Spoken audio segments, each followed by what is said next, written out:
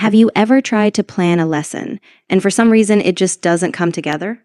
You have the ideas, the activities, even the content, but the lesson still falls flat. A lot of the time, what's missing is a clear learning outcome. For example, understand how to treat with human resources.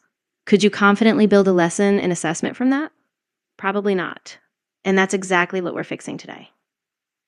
I'm Onitọla, and I design structured training programs that actually work.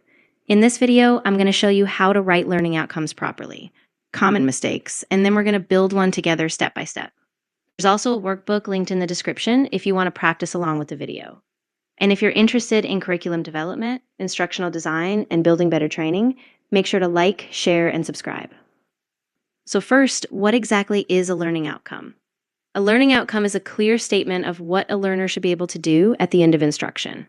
It focuses on performance, not what is taught, but what the learner can demonstrate.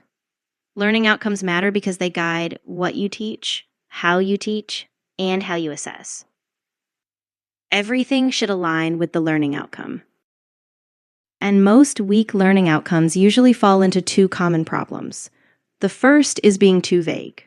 Understand how to handle customer complaints. The problem is that understand cannot be directly observed or assessed. The second problem is trying to include too much in one outcome.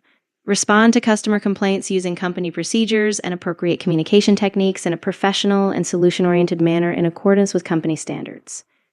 It sounds impressive, but it's overloaded. There are too many expectations forced into one sentence.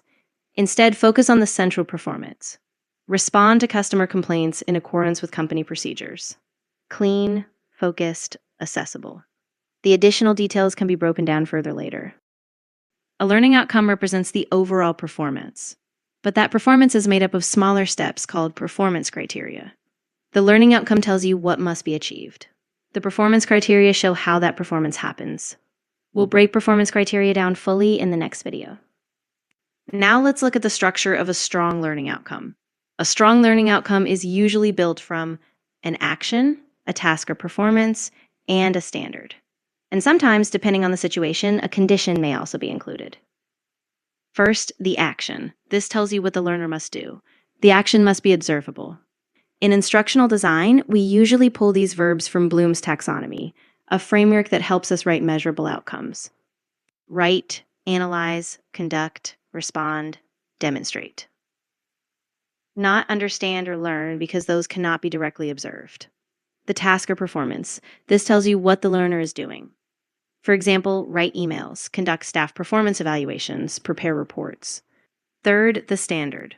This describes the expected quality or level of performance in accordance with organizational policy, within approved timeframes, without procedural errors. And fourth, the condition. This explains the circumstances or tools involved, using organizational templates, using company software, in a simulated environment. Look at this example of a structured learning outcome with 3 elements. When we put it together, action plus task plus standard. Write emails in accordance with organizational communication standards. The action is write. The task is emails. And the standard is in accordance with organizational communication standards. Another example using all 4 elements. Conduct staff performance evaluations using organizational templates in accordance with HR procedures. This time, I want you to pause the video and identify the parts. The action is conduct. The task is staff performance evaluations. The condition is using organizational templates, and the standard is in accordance with HR procedures.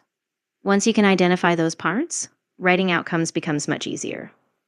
Now let's actually build one together. Imagine a supervisor notices that new team leaders struggle to give feedback to staff. The feedback is often unclear, too personal, or not linked to performance. Management wants training, but the actual task has not been clearly defined. Start by asking yourself, what must the learner be able to do? Pause the video here and try writing your own learning outcome before we build it together. In this case, the performance is giving feedback to staff. So first, choose the action. Instead of understand how to give feedback, we use deliver because it's observable.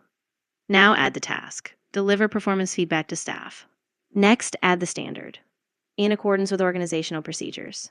So the final learning outcome becomes deliver performance feedback to staff in accordance with organizational procedures.